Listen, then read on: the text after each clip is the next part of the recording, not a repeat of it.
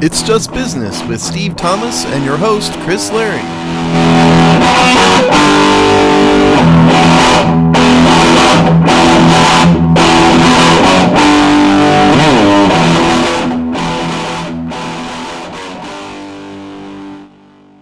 Hello and welcome to another episode of It's Just Business on the Hogside Network, the show where we look at the dollars and cents of the sports media industrial complex.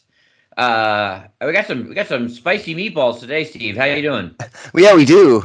I'm excited about that. And I was just reading before, while I was waiting to come on here, about the D'Angelo Hall's comments about the Redskins, which I found fascinating. We'll probably talk about that on the Hogside, but he had a lot of the same criticisms that rational people do, which I thought was interesting. But no, we've got some crazy stories here coming up. How you been? Been pretty good, pretty normal. Um, yeah, nothing's ever boring in Commander's land. Uh, my former team. I mean, isn't it not basically just an expansion team at this point? Essentially, and a I don't bad know. one at Yes, that. I think a rational view.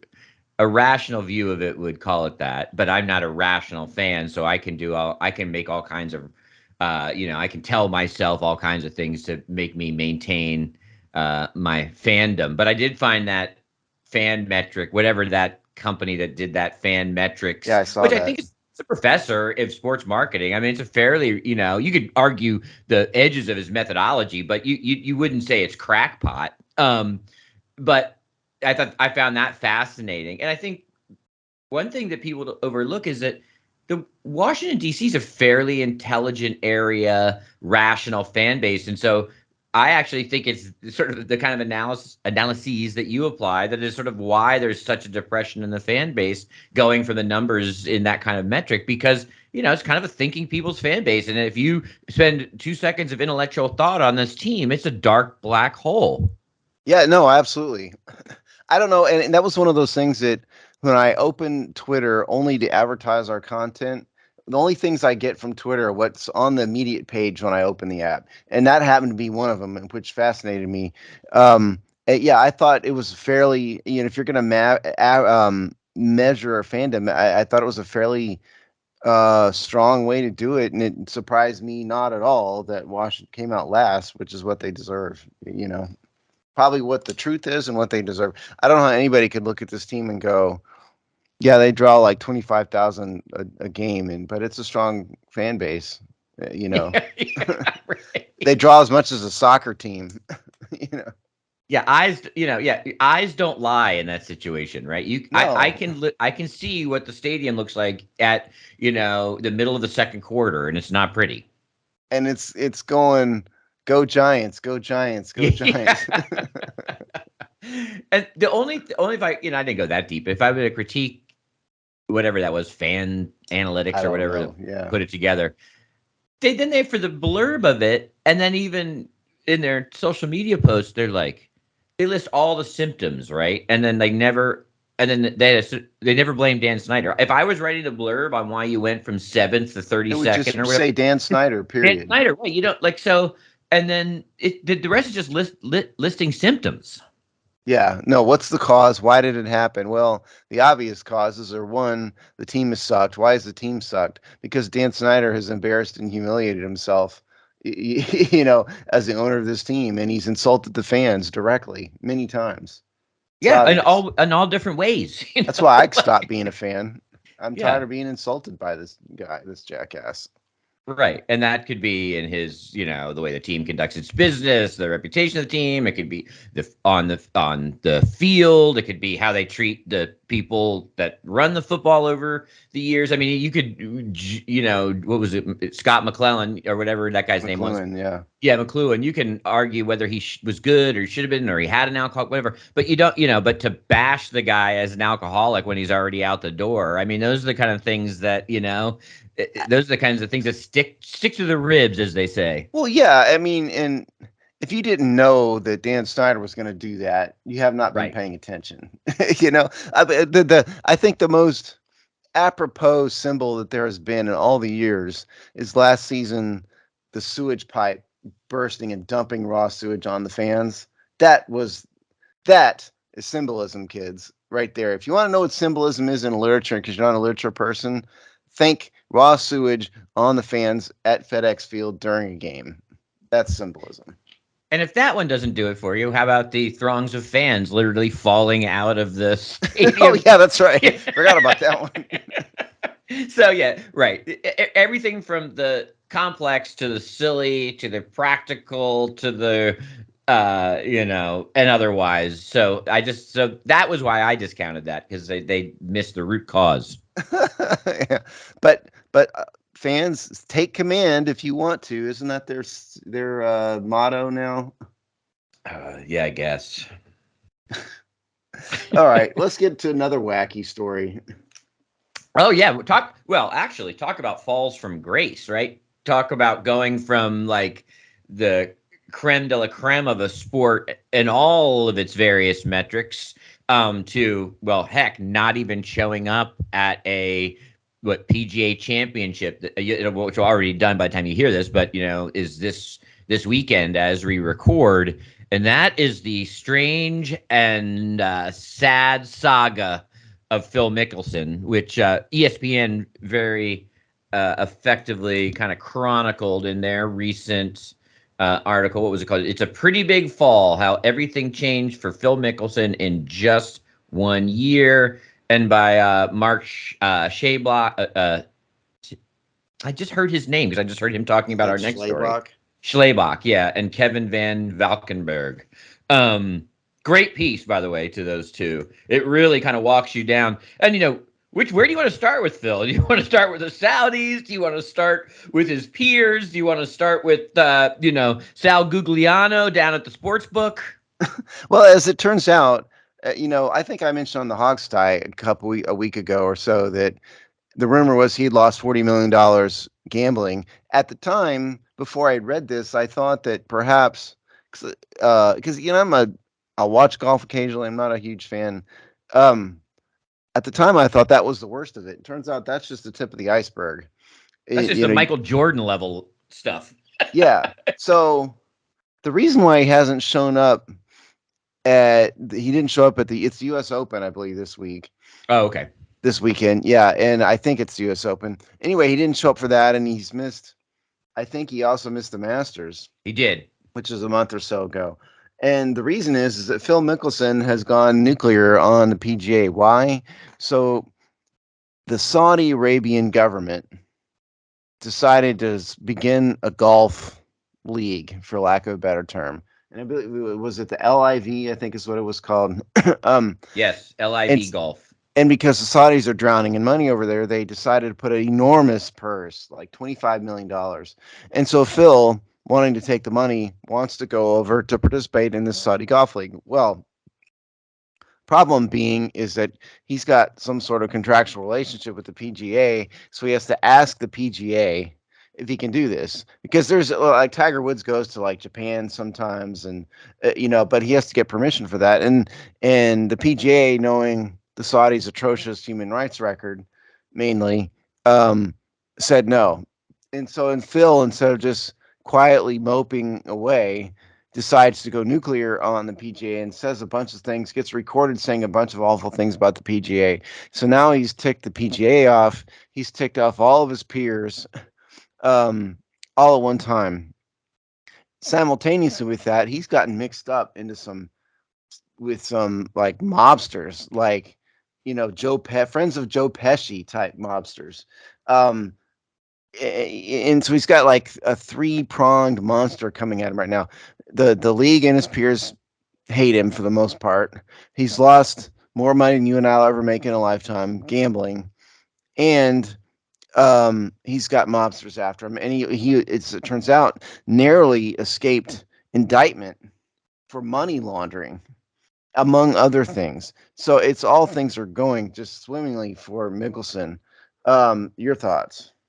Well, let's just put all of the pieces on the playing board here. It's a war of 4 armies now, because the Saudis are also not happy with him either, because in an interview for a unauthorized biography that's about to come out by Alan Shipnuck. And so, I'm sure the publishers of the book not leaked, they intentionally released this quote from this book, which I don't quite understand. How do you have an interview with Phil Mickelson in an unauthorized biography? But that's for a different podcast, I guess. But this is what he said. This is what he said about the Saudis. So this is his new benefactors, right? This is the one he's picked a giant fight with his entire sport and its governing body to go take the purse from LIV Golf. And then he turns around and has this quote come out.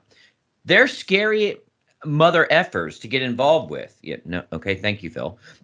They killed Washington Post U.S.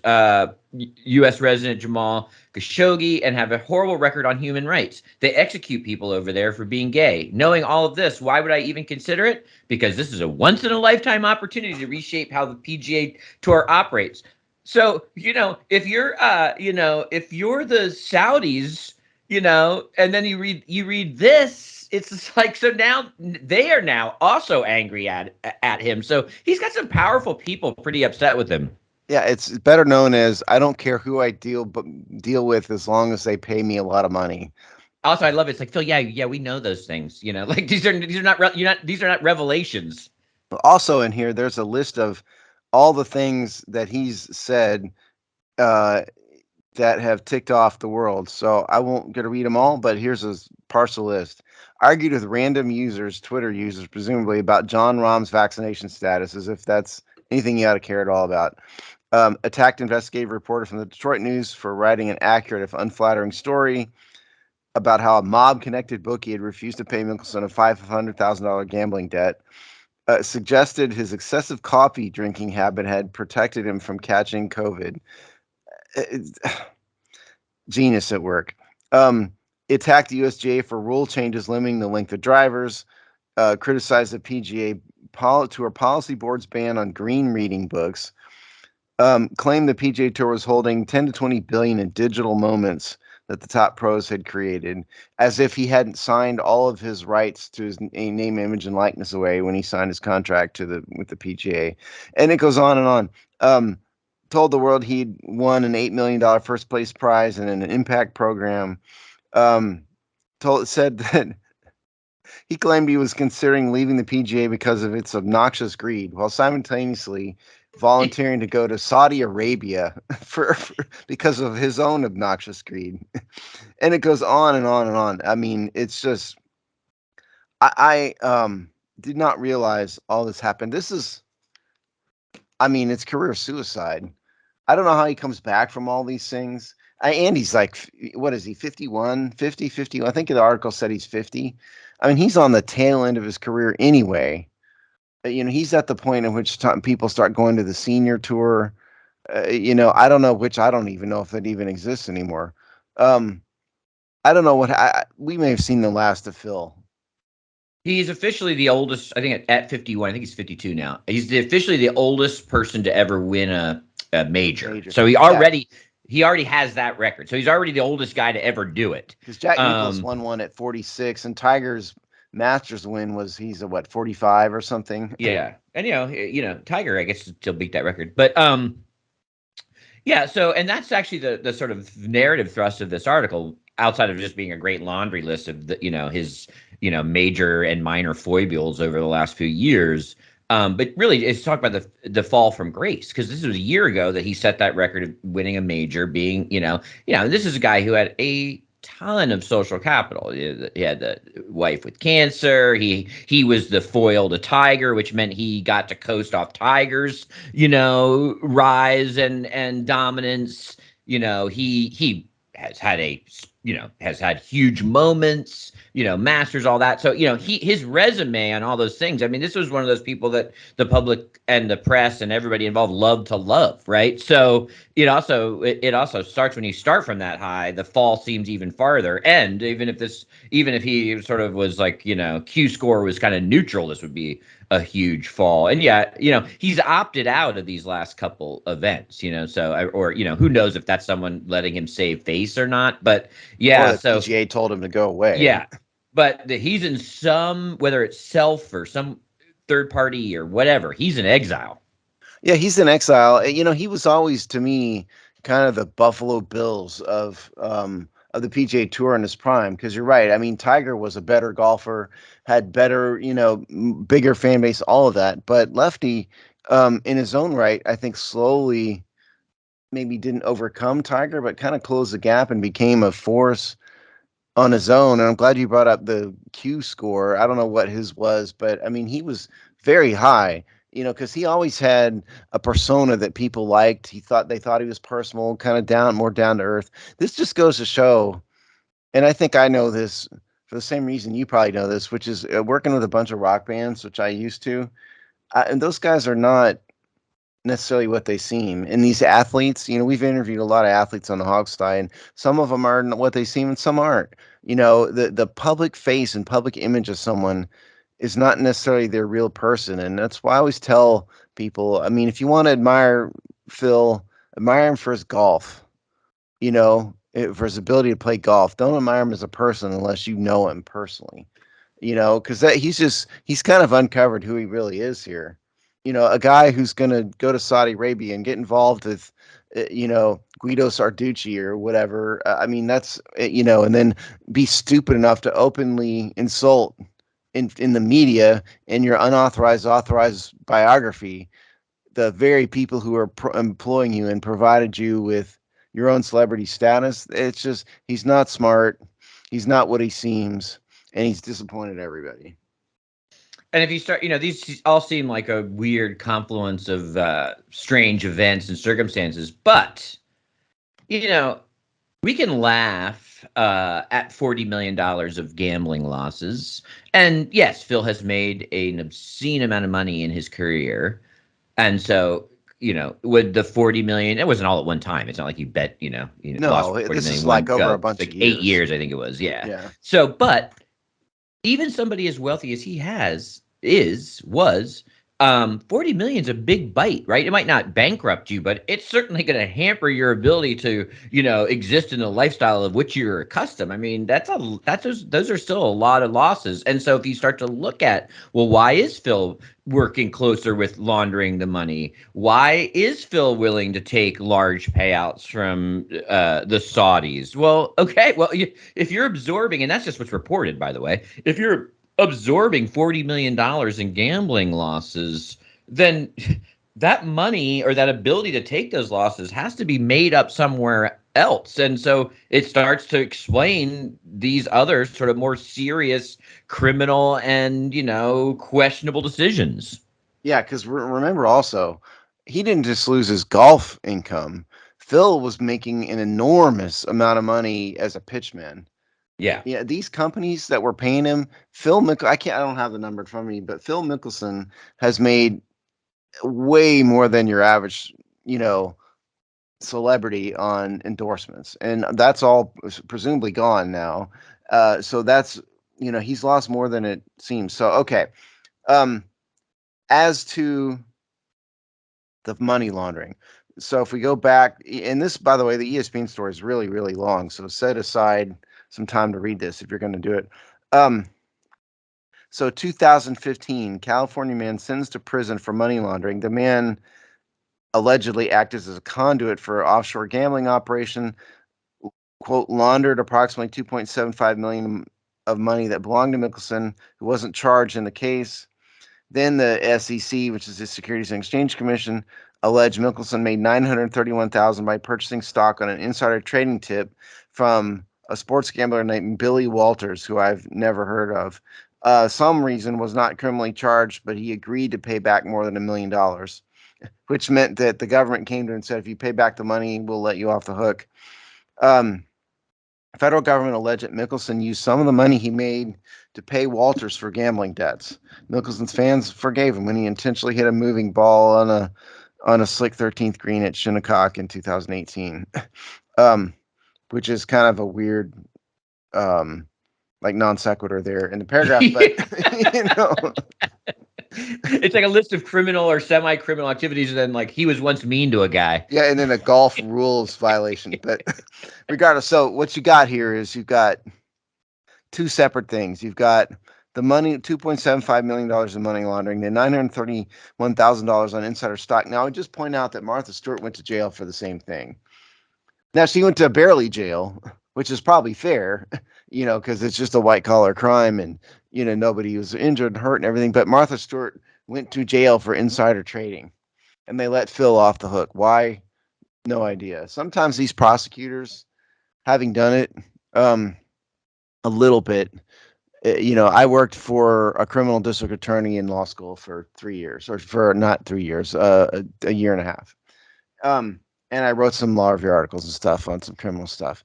A lot of times these DAs want to make a statement as much as they want to put somebody in jail. So, I'm surprised a federal prosecutor wouldn't want to go all out after a guy like Phil Mickelson. Yeah, or they want to abuse their position to let people off too. So I guess it's a two-way street. Yeah, there. right. And I never saw that, but that doesn't normally happen in Texas. So in another jurisdiction, yeah, maybe.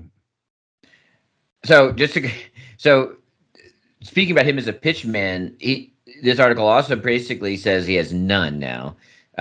Longtime sponsors Amstel Light, KPMG, and Workday ended their relationship with him, and Callaway, which in 2017 signed him to a career-long relationship, put a pause on that career-long.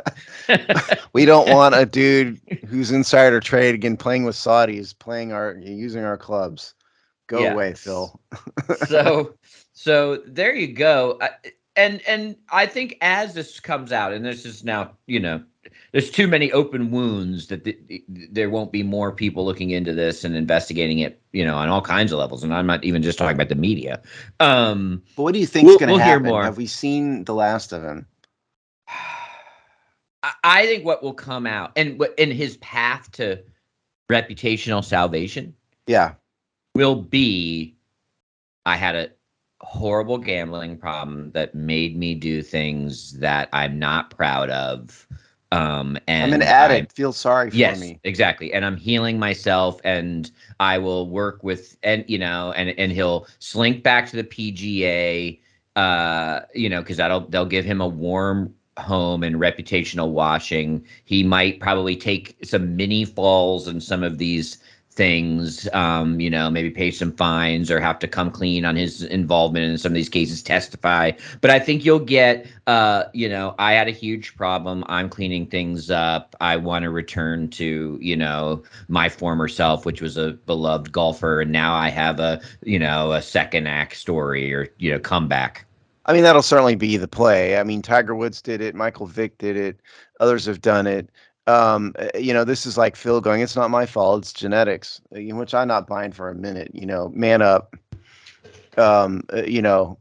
stop gambling. But regardless, that's definitely the play. So he'll have to go away for a little bit, and he'll come back, and he'll play in one tournament here and there. And, I agree. But on the other hand, he didn't have much longer to go to do this. Right. Yeah. It's not like, 50. Right. And that's a good question. Does the senior tour even exist? I bet you it limps along somewhere, but it's not like on TV every once in a while. Now I don't see it at all. Well, I think let's be honest, it was probably just an excuse to continue to have Arnold Palmer and Jack Nicholson Jack Nicklaus to be on TV, right? Oh yeah, absolutely. And yeah, Gary Player and yeah. So I don't know if you have that. Now what's be interesting, and it's just relevant here is, as the Tiger Phil generation got to 55, would that have, because that would be the exact same motivator as a Arnold Palmer, Jack Nicklaus type of thing. I wonder if it would have been, and may still get rebooted at that point. That wouldn't shock me. My question would be, who gets less press and makes more money, the LPGA or the senior tour? At that point, well, if you had Tiger and his generation of golfers walking in the senior tour, that would be obvious. Yeah. The only thing I ever see the LPGA is an occasional smut shot of some female golfer I've never heard of. No, I feel like 10 years ago you heard more about the LPGA. Like, I feel like, there was a time when it was a little bit more in the sports consciousness that in a way it's not now. Yeah. Yeah. So Phil, we don't know. But we think he'll make an attempt because he's got too much money at stake. There's the bottom line. Yeah, and he's probably going to be bored not playing. And if it was a non-money scandal, then he could go just be in his castle. This is not the problem. He probably has money problems, so The he's gonna Clinton have to. Portis of Yeah, golf. he's gonna have to figure something out. Because I don't think he's flush. Maybe he and Clinton can get together in prison and come up with like the prison baseball team or something. Didn't Portis get himself out of it at this point? I know didn't he get a way to do it at home or something? Did he? I kind of, once we did the case, I lost interest in it, so I don't know the answer to that. I'll look it up. I'll know before next time. All right. So, more sports theater in our next story, I guess, is obviously we've been talking about NIL. We've been talking about NIL. We're just a silly little amateur podcast, but I think we have been talking about NIL pretty early, compared to other media, business media, sports business media, than lots of other outlets. And so, now it's just giving us bi-weekly stories, because we just talked about this pretty substantially on our last show. But it really blew up this week in terms of some big time coaches, fighting each other in the press. And I'm not talking about like a little sparring, a little like zinger here or there. This was bare knuckles boxing, being done by Jimbo Fisher and Nick Saban, and the programs, and now the business model that they're talking about is just imploding at kind of warp speeds. Well, the sad part is, I think you and I could have sat in a room for 3 or 4 hours and come up with a plan that worked for NIL, and nobody did that. The NCAA is one of the stupidest, most poorly run organizations in the country, I think, and they have no business standards at all. So yes, the NIL, the background, if you recall, yeah, we've been talking about NIL forever, but the background is NIL has basically caused open bribery and in a financial war between universities for all these players. I just heard on the radio the other day, some prospect asked for 8 million to come to whatever university it was, just as an example. I think it's Tennessee. Was it? Yeah. I mean, which is crazy and morally repugnant, to be perfectly honest with you. But regardless, so the story here is that essentially Nick Saban got his shorts in a wad over the fact that Texas A&M had a higher ranked recruiting class than he did at Alabama. Now Saban, because he's God's gift to football, according to himself and a bunch of sycophantic fans, has had the top recruiting class forever. This is why Alabama always wins. Personally, I've never thought Nick Saban did anything special as a coach. He just recruited all the best players, more or less. And this time, A&M didn't. So instead of just not saying anything and just going out and beating A&M in the next game, he he literally accused A&M of buying their entire class. He said this at like a press conference. I didn't see him say that. I did watch the Jimbo Fisher conference, which was just gold. And so Jimbo responded and said all kinds of mean things about Saban, talking about, alluded to things being in Saban's background that nobody knows about, called him a narcissist, went on and on and on. And it sent shockwaves through the NCAA ranks because, number one, they opened the shower curtain on the naked dude, which is NIL. Everybody knows it's a disaster. Everybody knows there's basically bribery going on. And so there's the story I read, which I'll pull up in a minute, quoted a bunch of anonymous college coaches basically saying this. But the Jimbo was a coordinator at Alabama, by the way. So he knows, I believe he was, so he knows Saban He was, yeah. very well. I think it's Saban being petty and ridiculous. I would have said something very similar if I was Jimbo. Yeah. Well, we'll stick with the entertaining theater for a second. This was one of the great all-time press conferences in sports history, at least in maybe the last 20 It years. goes right up there with we let him off the hook. Yeah. No, I mean, it is just he held nothing back. And you're right. I mean, he basically invited the media to look at 3 or 4 different things, right? He said, it was basically dig here, dig here, dig here, and dig here. Which even beyond the sort of barbed words that he used in response to Saban, that's like, that's a sticks and stones situation, right? Here's some insults, and here's some things if you really want to, go after this guy and take him down. I think he was motivated by the fact that here is this guy, casting dispersions against me and a bunch of other people, who has not lived a clean lifestyle. So, it's like a glass house situation. So it's like if you come after me, you come after me, I'm coming back after your family. Which is basically what this was like, because it's a mobster tie-in. Yeah, he's like, don't step to me.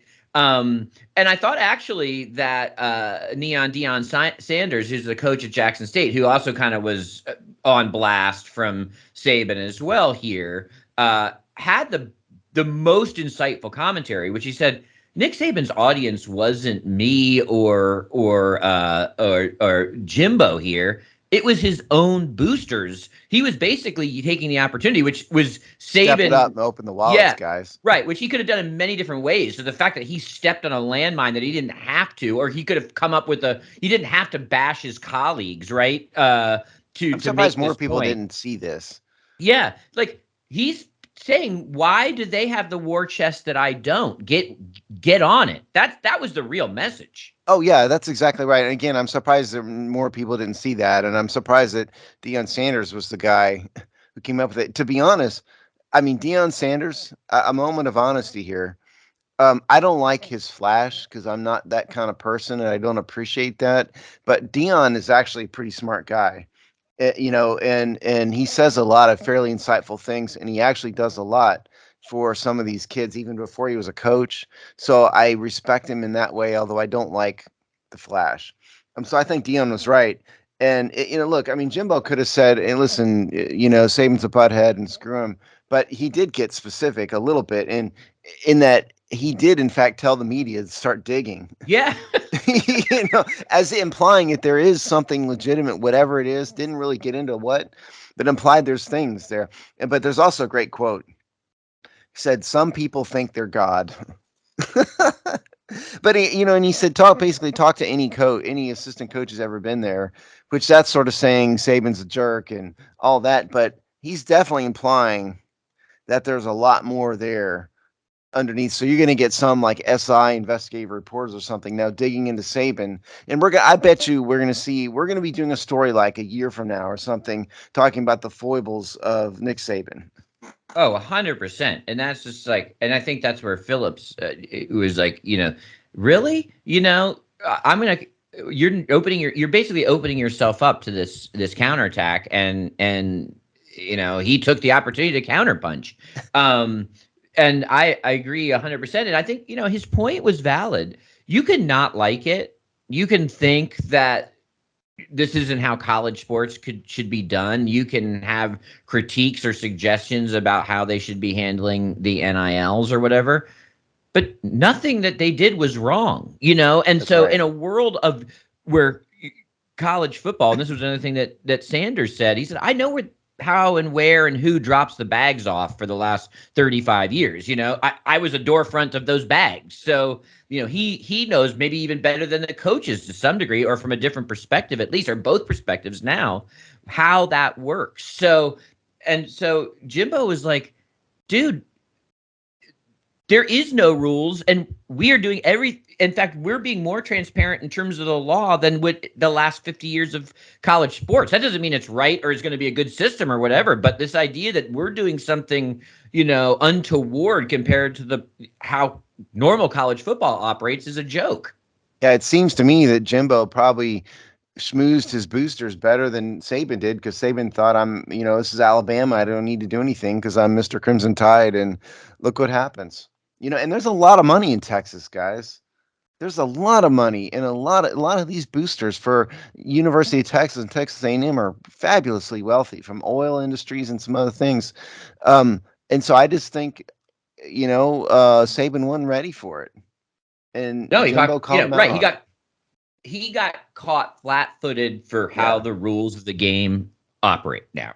yeah, that's right. And in terms of the NIL, look, I mean, it was an incredibly stupid thing to do for the NCAA just to go, well, you can do it now, as if somebody with two brain cells wouldn't have seen the end result, and let's simultaneously open the transfer portal to allow open and legal bribery to happen. Hey, quarterback at Arkansas, come to Tennessee, and if we do that, we'll have a $3 million shoe contract waiting for you.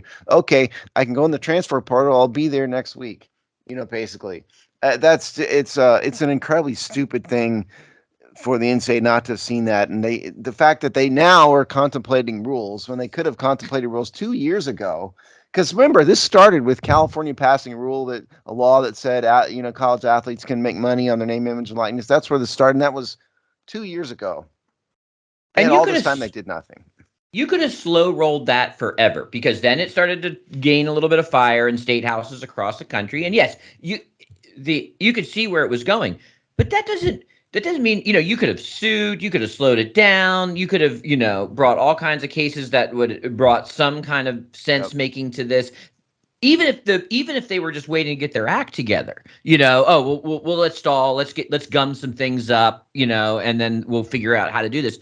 Not only did they not do that when they could have, they just, like a freaking light switch, they just flicked it and went from nothing to all in literally 24 hours, and then had absolutely no construct. They could even say, hey, they could have said this, right? This is the next strategy. We see where this is going with NILs. That, it may actually, we could see some positive here things for it. We're going to look at how we will legislate and govern this and have some kind of rollout, because hey, we understand our own complexity, where we're really talking about not where this is not interesting, inconsequential, and probably fair for 99% of college athletics, the NIL rules. And then there's the special case of men's college football and men's college basketball that we need to, think about whether the ramifications and policies for. No, they didn't do that either. Just whatever. So we're going to take a completely, illegal by their own rules ecosystem operate in these two sports, say it goes from fully criminal in their context to completely legit in 24 hours, and not prep anybody in that food chain about what's going to come next. And people should be 0% shocked. Even as something as non-related as the transfer portal didn't have to be opened. It was a pretty decent rule. They're designed to prevent what's now occurring, and the fact they didn't think about it at all. I mean, basic rules. How about that? How about if you're a booster, you can't signing a contract with a player. If you're a booster, as according to this definition, whatever it is, you can't sign a contract with a player from your own university. How about that? How about a max contract? How about a max contract level? Yeah, You know, caps. yeah, that's right. Caps. How about you still have to sit out a year if you take one of these contracts and you want to move? How about all of those things? How about a lot more? Again, I guarantee we could come up with the rules in a couple hours. And they didn't bother to do anything, and now we wonder what is the next college football season going to look like? Are the fans going to get turned off? There's a core of people who live and die by college football. Um, I think you, Chris, you can speak for yourself, obviously, but I have been slightly turned off by college football for a few years now because of all this, and it just makes me wonder now that we've gone nuclear if the fan base is going to start to get turned off by watching essentially wealthy pros play football. Um, yeah, I mean, probably. But I think what this does, which is something that we've also predicted and talked about now for a couple of years, but what this hits the, what do they call it in Star Wars when they go to hyperspeed or whatever? Was it warp Is speed? That's Star warp Wars, speed. Star Trek. Yeah, I think that's Star Trek. But the point whatever. is, When you go fast in space, is the Power Five are separating from the NCAA. I mean, that is we will, and maybe just football, right? Like but the Power Five in football will be a completely different governing apparatus here. I'd say three in the next 3 years isn't even crazy.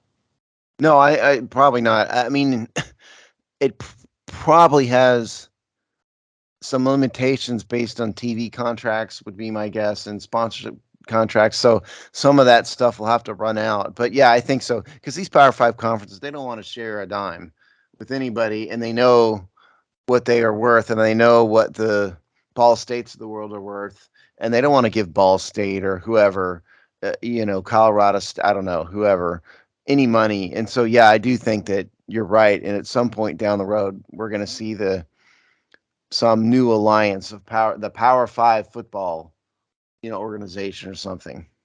Yeah, and quite People frankly, it forget won't. because sorry, I didn't mean to interrupt you, but people forget the NCAA is not some kind of governmental created body. It's just a civil associate. An association of universities, that decided to govern university athletics, and they're governed by federal law. But it's not a federal entity at all. They can abandon it if they want to. Oh, it might be one of the greatest examples of a paper tiger that exists in U.S. landscape right now. And I think if it won't, I mean, greed will be the number one motivator. But I also think a Power Five, they're just like, we can do this better, right? We can figure out a way to legitimize these booster collectives and NILs, but have some guardrails in place. They'll just be like, okay, let's just band together. We can figure out how to operate in this like sort of weirdly pseudo professional league. And then to continue to deliver a good TV product, to continue to deliver some version of parody, and quite frankly, even to preserve some semblance of legacy for the sport and for these teams. So let's just call it what it is. Not worry about the lacrosse team in Southwest Maryland, and just govern ourselves and have rules and that deal with the modern society and deliver a product people like. Well, yeah, I think the biggest hurdle they'll have to overcome in that regard is Title IX, which base of the U.S. Code, and basically what it essentially says is universities must treat male and female amateur athletes the same. In so many words, that's what it says, and it's more complicated than that. And there's some parameters, and it's not totally 50-50, but that's the gist of it.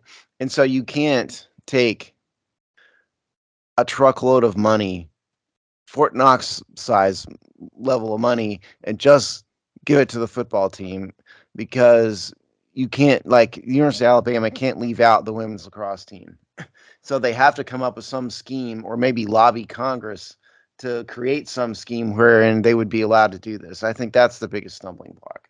Yeah, I think it'll mean some kind of quasi separation of the Yes. brand from the university structure. Crimson Tide, sponsored by the University of Alabama. Yeah, you'll have to have something like that, and there probably will be some kind of then. They just Which happen to also lets a be bunch of private students. money into that, right? Yeah. It also means, in some ways, universities. I think some ways even supporters of Title IX would welcome this, because if you just sort of everything else becomes, even if you include college men's basketball, everything else becomes easier to govern. Yes. If you took the Power Fives out of the equation, the rest of that can make easier and make sense of itself and do what's intended. Just take the football out of it, make them quasi somethings, let more private money flow directly into that without the hamperings of state university structures. And probably they'd pay some tax back into some pool that gets distributed by the universities, some kind of like payback. I would say just make it a flat out professional football league. Yeah. And just you could admit them as students to your university. There's no rule against that. You can admit whoever you want within the bounds of state law, state and federal law. So you could do that and just call them pros, pay them, whatever you want. And you could damn sure figure out a way to take university money or booster money or some, sponsor some money to fund all that. And the Power Five could easily do that. My point is, I'm just tired of pretending. So just go ahead and do it. Just go ahead and create a professional league. Everybody would watch it still who are fans now. The fans of the SEC aren't going to quit being the fans of the SEC if it becomes the Southeast Professional Football League. it'll be, sponsored by Alabama and Arkansas and LSU. Nothing's going to change in terms of fans and viewers. It might get better. I would probably be motivated to watch more. I think so. Yeah, I think so. And that would keep them from playing the Southeast North Dakota states of the world for 3 weeks a year also, which I think dilutes the sport. It would force them because they couldn't play teams in the NCAA because now you have amateurs versus pros and there's money and contractual problems there. So I think what you'd have to have is the Power Five playing each other the entire season, which would make for better football. And it would bring some people back. It would stop pretending. Yeah, I think it would be better for everybody involved. So, I mean, we probably would have, with pre-NIL days, we probably would have come up with some kind of solution that looked like that. But now this is just the gas pedal towards that. Yeah, oh yeah, I agree. Well, speaking of weird quasi-successful, not successful football that people pay for or are paid to play or that you watch on television, all of the above, this is another story this is more of a zombie story for us, quite frankly, than top of the headlines. But it always seems to come back from the dead, and threaten to bite us. And we've got more, minor league football, let's call it, as a topic area news on two fronts. One, the XFL is now got a multi-year TV deal with Disney and, for broadcast on its ESPN property and maybe others. And, we're kind of limping through this season of the USFL, and we have some TV numbers here. So, Steve, not only are we talking still about minor league football, we're still talking about two leagues of minor league football. Yeah. So this story was all over the place, but what I happen to be reading is USA Today. XFL agrees to a 5-year deal with Disney, ESPN to broadcast all games by Annalise Bailey from the 18th of May. And now they don't go into numbers, and I couldn't find numbers anywhere. But they've signed a 5-year agreement to broadcast these games on ESPN. Now, just to be clear, this is the Dwayne "The Rock" Johnson League. Yeah, not the Vince McMahon. He bought this for $5 out of bankruptcy court. I think it was out of a bankruptcy sale. So that's this league. The league is set to begin on February 18, 2023, 40-game regular season, 2 playoff games, 1 championship. Will premiere on ESPN, ABC network, in FX. Now, I'm assuming part of this is that if I were one of these networks, I would say Dwayne has to make X number of appearances on camera, a year, because the only way this has a chance of not being a complete failure and a gas fire is if they leverage Dwayne Johnson as much as possible, because he's still very popular. He's still probably, I think monetarily, he's making more money than any actor in the world right now. But the odds are the football's going to be horrible because they're still getting like the practice squad level players, and they're splitting the practice squad players with the USFL. So on top of that, which we'll get to that, so it's going to be terrible football and it's going to fail, except if Dwayne Johnson can prop it up. I think, yes. So I believe they bought it. It was Redbird Capital, which is Dwayne Johnson's a partner of, with Danny Garcia and Jerry Cardinale. Right. Bought it for $5 million, which it's a lot to us, but that's chump change in business world leaning terms. I would bet they've made their money back on this, right away on this TV deal. Oh, absolutely. They probably got an upfront payment that, basically a signing bonus, if you will. Probably. That's exactly right. They're probably already whole, and so the rest of it's gravy. But I do think so. We'll probably get back to bashing this idea of these minor leagues. But I totally agree with you, Steve, that this is where it's interesting, and this is where the Disney connection is interesting, because this is somebody that Dwayne Johnson works for all the time. I think just his big summer movie last year was basically one of these, let's make a Disney World ride into a movie, that River Cruise or Riverboat or whatever. Yeah, that's so right. Which made a lot of money, which was a successful movie. So, I think this has, if that's part of the deal, which I would guess it is. Has to Especially, be. it's not, if this was, Fox Sports or, somebody else that didn't have, the sort of Disney entertainment properties and already a lock solid relationship between these entertainment properties. This is vertical integration, kids. And I would guess if they have any hope of making this run, it's going to have those kinds of tie-ins. And I'd even bet some of those quote unquote innovations to the football or how it's presented even will be potentially part of this. So it's interesting. If it was, Wayne Jackson here along with Danny Garcia and Jerry Cardinal, It would already be out of this would be a business. laughing stock, and they would not have this TV deal. Yeah, and here's the key. So the reason the USFL worked for a little bit in the beginning is that they were well funded. And they were well funded, and the reason why that's important is they were able to pay the players enough money to draw real serious pros into their league. Jim Kelly, a bunch of others. All these leagues that have failed, like God bless like the Alex East of the world. You want to watch it, cool with me. But the fact of the matter is they don't have two nickels rubbed together, which means they can only pay barely professional football players who aren't going to make NFL rosters anyway. Now, the XFL now has a lot of money. I don't know when we don't know the numbers, and it's certainly not huge, but they now have money. And so, can they draw NFL football players away from the NFL? That's the only way it will work.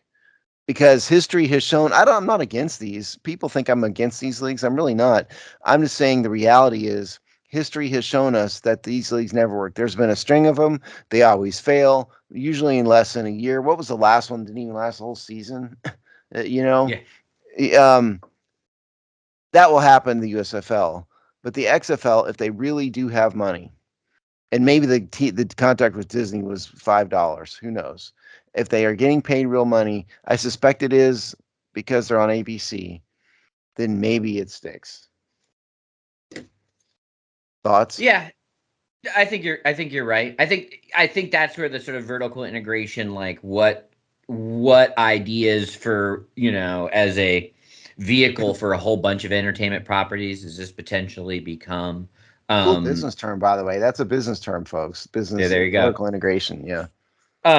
It's interesting from that perspective as a business story, and I think that's its own. If they look to leverage that to the hilt, then it's their only path to maybe existing. Yeah. Now, yeah, and no, I don't believe anybody said when they're going to play these games, if it's in the spring or they're going to directly compete with the NFL. I don't know that. So the USFL, on the other hand, is doomed to a life of failure. So we have ratings from, because we love ratings on this show. This is from something called the USFLnewshub.com. And I think Chris and I are probably the only two people who have pulled up the page, would be my guess, other than the creators of the page. So I didn't know it was in week 5. Did you know we were in week 5? I knew there was like a handful of weeks in under its belt. That would be much I knew. There's a tweet from Mike Mitchell at by Mike Mitchell. Week 5 USFL TV ratings. The Panthers and the Bandits, whoever they are, 250,000 viewers on USA Network. Saturday, the 14th of May, the Generals and the Breakers, 734,000 viewers. The 15th, the Stallions and the Stars, 905 viewers, which is the high watermark. And then the Maulers and the Gamblers, 692,000 viewers. And it gets way worse from there in some of these games. Friday the 13th, the Michigan Panthers, Tampa Bay Bandits, 250,000 viewers. Yeah, those are really, really low numbers. If you don't understand ratings, that is a 0.05 in the 18 to 24 demo, which ranked 100th out of 150 cable shows. It's really, really low ratings. And so this is on the road to failure. Yeah, for sure. I'm seeing one rating, one total viewership as low as 207,000, which is a 0.07. And that was the Michigan Panthers v. Philadelphia Stars on May 6th on Fox Sports 1. See, at Um, week one, was a lot better. It still wasn't enough to keep the league alive, but this is what always happens with these little leagues. There's an interest for a couple weeks, and it goes down. So Saturday, April 16th, which apparently was week one, who knew? The New Jersey Generals versus Birmingham Stallions on Fox, 1.75 million viewers, 0.56 rating. Not great, much better. Houston Gamblers, 2.153 million viewers. Houston Gamblers versus Michigan Panthers, 0.69. And so those aren't horrible ratings, but it just went into the tank immediately after that. Because people aren't stupid and they see it's not the NFL in terms of and game also, quality. you got to remember there is actually a successful second league, and that happens to be the Canadian Football League, which actually I think is in a labor shortage right now, by the way. Oh, Or not really? labor shortage, I mean a labor lockout or strike, Oh, some kind of labor disruption. Um, and not, I'm not here to ride for the Canadian Football League, but I'm saying like your sub practice squad players already have a viable league to play in with fans, with history, with now's run for decades. So like that that next tier down already actually has a legitimate place to go play. So we're really talking about, this is almost like third and fourth tier. If you just look at where legitimately a football player could ply their trade. oh, that's exactly right. And you know why the CFL's successful? The reason is they don't compete with the NFL at all, and they don't compete in the United States. They have created a market niche for themselves as Canada's football, and you'd be hard pressed to find it anywhere on any broadcast anywhere in the United States. It's maybe out there somewhere, but they basically don't compete. And so, yeah, they get the cast offs of the NFL, but they get the primo cast offs. Like who was the returner for the Redskins a few years ago? It was so good. Brandon Banks. Brandon Banks has had a successful career lasting many seasons in college in the Canadian Football League. Why would a guy like that, and he's made decent money at it, why would he go to the USFL? He wouldn't. So you're going to get like the people who get cut from the Bears practice squad. That is who is going to end up in the USFL, and the fans see through it every time. Now, what's fascinating to kind of reach back to our last story. So, if you imagine a world where you have the Power Five Pro League, sponsored by Auburn or whatever, then what does that do to these, right? Like, not now, obviously, they're not competing for the same player pool, but that become in the sports fan viewer consciousness, that becomes the alternative professional league, right? So like if something like that does materialize, does matriculate down the field, so to speak, then that also pushes these things, right off the board, because you will have, from a viewer fan perspective, you will have your pro league B. Well, that's exactly right. Bryce Young will be able to make more money at Alabama than he will with the Birmingham Gamblers or whatever it is. And in that construct, he might stay 4 years, which means you Yes. get more years of viewership, because there's no financial incentive to jump. And from a success in the next league, there is exponential benefit for playing even The 2 or 3 years competition's versus one. better. The Yeah, coaching's better. Yeah, absolutely. you're more So, ready for the pros if you play third. If you played in that Big Five league, if you played 3 or 4 years, you are going to be much more ready to walk into the NFL. absolutely. And the USFL, that's just not the case at all. And so I think ultimately the XFL will fail at some point too.